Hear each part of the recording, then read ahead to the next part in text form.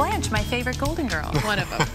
Good Sunday morning. Welcome to Weekend Recharge. I'm LaRosa. And I'm Paul Goodlow. Our new storms already dumped up to 1.5 feet of snow in some areas of California, especially the Sierra Nevada. In some cases, it might be too much of a good thing. So we've got a lot to cover for you as you get your recharge from the weekend, get you ready for next week with our snapshot. And you see a lot happening right here. That's our storm. On one side, a lot more snow to go. On the other, the making of showers, thunderstorms, and the potential for severe weather. On either side, though, we have high pressure dominating the mid-Atlantic, at least for now. Also dominating the temperatures. Look at this, 10 to 15 degrees above average ahead of the front. But what happens when you get behind the front? We'll talk about that as well. Bring in Dr. Greg Postel, our storm specialist, because, you know, we've been watching this pretty carefully, and yesterday we were talking about the possibility of tornadoes, and now we've got some torcons up.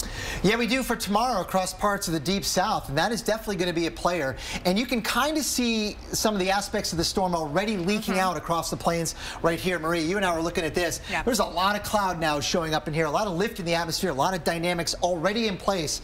And that is going to be manifesting itself in the form of thunderstorms, even though with surface temps will be in the 40s and 50s across this region this afternoon. All right, so for all our weather geeks out there, elevated thunderstorms. So they're not necessarily surface-based, but there's enough of that power upstairs that we can get some of that. So don't be surprised to have it be 40 and 50 and lightning and thunder. That's exactly right, and I think there's a good shot at that. But this is just sort of testimony to the power of this storm that's coming in. So then let's talk about what happens later on tonight and tomorrow morning across parts of the deep south. Right in there. This is midnight tonight. We're going to have to watch the progress of that cold front because that's the one that's going to mean business. That's the real focusing mechanism for all the severe weather that we expect tomorrow. And that's exactly what we have outlined. So again, if tomorrow's your travel day, we've got I-10, we've got I-20, even portions of I-40 coming through Memphis and Little Rock. Watch out. Yes, and it is going to be, I think, one of those situations that has a lot going for it. In other words, there's going to be severe weather. There's going to be, I think, the primary mode, high winds, in part because we have the strong upper level winds moving out atop that cold front. So with the thunderstorms that form in this area, they're going to have a lot of high altitude energy to tap and bring some of those strong winds to the ground. So high winds will be a big threat, and with the moisture in play, we're going to have some real strong thunderstorms to begin with. So not much limiting it. Not a lot. Yeah. There's not a lot. I think we could, you know, if this were May, we'd be dealing with a lot more moisture down here. But this is almost December, so it's going to be humid enough to support the severe weather. And with those very strong dynamics aloft, we have these. 4 north and central Louisiana. So time to, you know, brush off your severe weather preparedness plan. Do you have a way to get warnings? It could be very active here. Yes, indeed. And let's talk about the timing of it, beginning, say, midnight or just after midnight tonight. I highlighted that area in green is where the greatest moisture is, and that's where the storms are going to be the spiciest. I'll put it that way.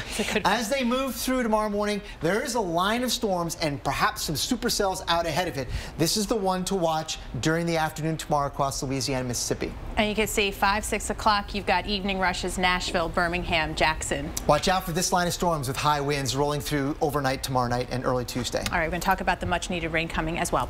Let's start with the drought conditions first. And look how expansive it is. This is always updated every Thursday morning. So next update will take into account the rain that we're going to see. But look at this. Can we talk about Louisiana for just a second? We have extreme drought conditions. What you've been through over the last year with extreme rain events, and now we find ourselves with extreme drought conditions. It is just staggering, the extremes here. All right, Chattanooga, Tennessee, you know all about extremes. Currently exceptional drought, only 25.11 inches of rain this year, almost 2 feet below the annual average, at least 2 inches of rainfall. The last time you got there was February 9th. So yes, we have been lacking. Love this graphic because we've been talking about the rain coming and how much is going to be arriving, but it matters when and how much each day. You know, that will help determine whether it's just going to be a complete mess with flash flooding potential, or will it get a chance to soak in. Monday, we may get as much as an inch. Getting a little bit of a break on Tuesday, 3/10 of an inch. That's always enough to create problems on the roadways, but that's on top of what may be almost an inch on Monday, and then maybe as much as 1.5 inches on Wednesday. That is a lot to take for an area that has basically concrete concrete for ground. So watching for runoff. By Tuesday, we're talking about the severe weather threat mainly to the south, Columbus, Montgomery, Pensacola, but from Atlanta to Columbia to Asheville, looking at a good soaking rain. That continues on into Wednesday. In fact, perhaps more rainfall in more areas. It is going to add up pretty quickly. We still think at this point some of those areas where we need it the most with the fires, 3 to 5 inches of rainfall.